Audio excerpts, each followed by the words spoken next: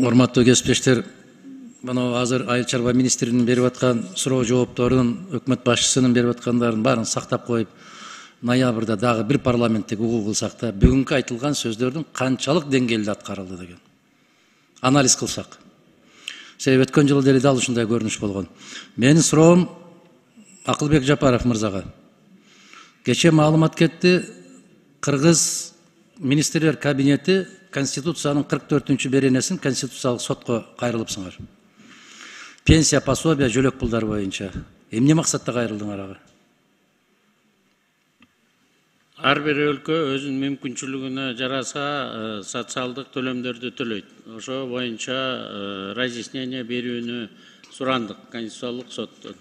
Сиз мындай так жооп бериңизчи. Башта мындай бир күчтүү эле жооп берет элеңиз го. Азыр сүйлөсөмбү, сүйлөбөсөмбү, айтсамбы, айтпай эле койсомбу? Мындай тиригирээк болсоңуз.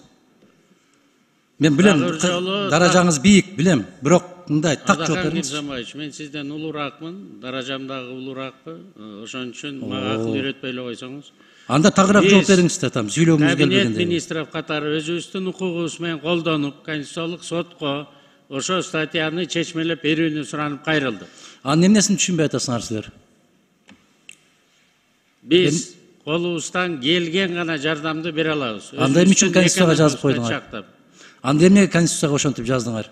Ошо жазылып атканда мен каршы чыккам.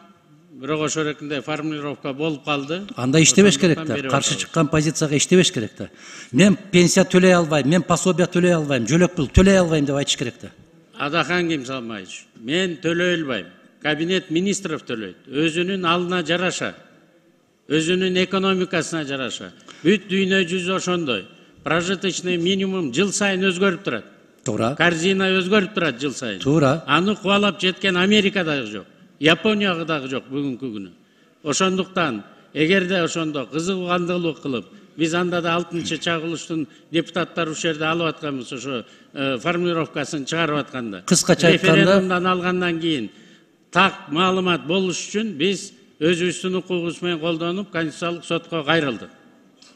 Конституциялык сотко кайрылуунун кажети жок. Ал жерде төлө деп турат, бүттү. Анын түшүнүштүн кажети жок. Төлөбөсөк өлөйлүбү эми? Төлөбөсөк өлүп калайлыбы эми? Төлөй албасаңар иштей албайбыз дегиле да. Биз Конституцияны аткарбайбыз дегиле да. Биз иштеп атабыз. Ошо Конституциянын статьясын так чечмелеп бере турган орган бар. Аны сиз дагы мен да чечмелей албайм. Сиз аны так билесиз. Конституциялык сот гана бере алат. Разъясненияны, толкованияны дагы. 44-беренесинде анын түшүндүрмөсүнүн кажети жок, так жазылып турат. Кыргызстанда пенсиялар, жөлөк пулдар, пособиялар эң төмөнкү керектелүүчү куржундан кем болбойт деп турат. Бүт анын эмнесин түшүнүксүз. Ошо керектелүүчү корзинаны өзүнүн экономикасына жараша өкмөт тактайт. Биз ошого жараша Конституциялык сотко кайрылып атабыз. Жыл сайын керектелүүчү корзина чоңоюп турат. Биз ошого жараша өзүбүздүн төлөмдөрүбүздүн баарын оңдодук.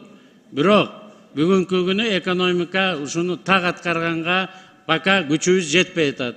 Ошону толук бизге мүмкүнчүлүк бериңиздер, формулировкасын кандай деп түшүнсө болот. Кем эмес болуш керек деп турат. Анда биздин Конституция күмөн экен да, туурабы?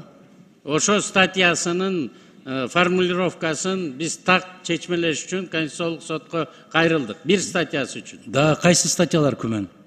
Мен билбейм, мен Конституциялык сот эмесмин. Аны Конституциялык соттон сураңыздар. Мен сизден сурайм. Бул сиздин милдетиңиз. Бул сиздин милдетиңиз ошо Конституциянын беренелерин так кыйшайсыз аткаруу, пенсия төлөө. Менин милдетим республикалык бюджетти, законун сиз бекитип бересиз, ошону аткарыш. Жок, кечирип коесуз. Анда милдетиңизди түшүнбөйт экенсиз. Конституцияга сиз дагы ант бергенсиз, мен дагы ант бергем. Ага баарыбыз тең жооп беребиз. Биз ошо Конституцияга берген ант менен ушул жерде отурабыз, сизден сурап атабыз. Эмне үчүн аткаруу бийлиги аткара албай атат деп сурап атабыз. А эгер сиздин күмөн санап аткан болсоңуз, 1 жылдан бери эмне үчүн бербедиңиз? Ушуну берип атасыңар, ушул жогорку кеңеште улам маселе көтөрүлгөн сайын берип атасыңар. Эмне үчүн ушу мезгилге чейин бербедиңиз? Эмне үчүн каршы чыкпадыңыз? Биз мурун даярданып келдик, даяр болгондо тапшырдык Конституциялык сотко. Бюджетте ошол 44-беренеге жараша коюлганбы акча? Ошого жараша? Ошого аракет кылып атабыз. Ошон үчүн пенсионерлердин айлыктарын баарын биз көтөрдүк. Эң төмөнкү пособиялардын баарын көтөрдүк. эң төмөнкү керектелүүчү куржун канча азыр бүгүн Кыргызстанда? 6800. Эң төмөнкү пенсия канча? 1200га чейин жетет. Мына көрдүңүзбү? Айырмасы 5000ден ашты. Эмне үчүн ал болгон? Анткени биздин фермерлердин баары 10 сомдон айына төлөп, бүгүнкү күнү азыр 3600 сом алып атат. Аны сиз экөөбүз жакшы билебиз. Фермерлердин жерге болгон салыгын эмне үчүн Пенсия босотмаган? дегенди өкмөт төлөбөйт. Пенсияны алтсаны аман киши өзү жакшы иштеп жүргөндө кийин бала чакам мени карабай койсо, мен ошо пенсия менен жашайм деп өзү алдын ала төлөйт. Ал пособия эмес. Пособиялардын баарын биз көтөрдүк. Сиз экөөбүз 2009 жылы жетимдерге 2000 эле сом пособия койгонбуз. 10 жылдан бери эч ким көтөрбөй коюптур. Азыр мына 6000ге көтөрдүк. Быйыл экономикабыз жакшы болсо 10.000ге чейин көтөрөйлү деп атабыз. 2009 жылы бир кабын канча эле? Мен азыр эсимде так жок. Эске сакташ керек. Ошондон улам көтөрүлөт. Керектелүүчү корзина деген. Силер көтөрдүк деп кыйкыра берген менен азыр эле кесиптештер айтты. 5 сомдон турган пиязың 100 сомго чыгып кетти деп. Көтөрөсүңөр, милдеттүүсүңөр, ошону көтөрөбүз деп баргансыңар. Ал жүктү көтөрө албасаңар, көтөрөбүз деген азаматтар турат. Бергиле ошол азаматтарга көтөрүп кетсин ары карай. Мына ушундай бере турган убакытта келет. Ушундай мамиле жасаш керек. Урматтуу кесиптештер, мен өткөндө эле айттым эле, өкмөттүн отчетун берип атканда Конституциянын 44-чү беренесин аткарбагандыгы үчүн гана булар кызматтан кетиш керек деп. Мына азыр арасында бир дагы бир аял зат жок, башка бир кыз келиндер жок.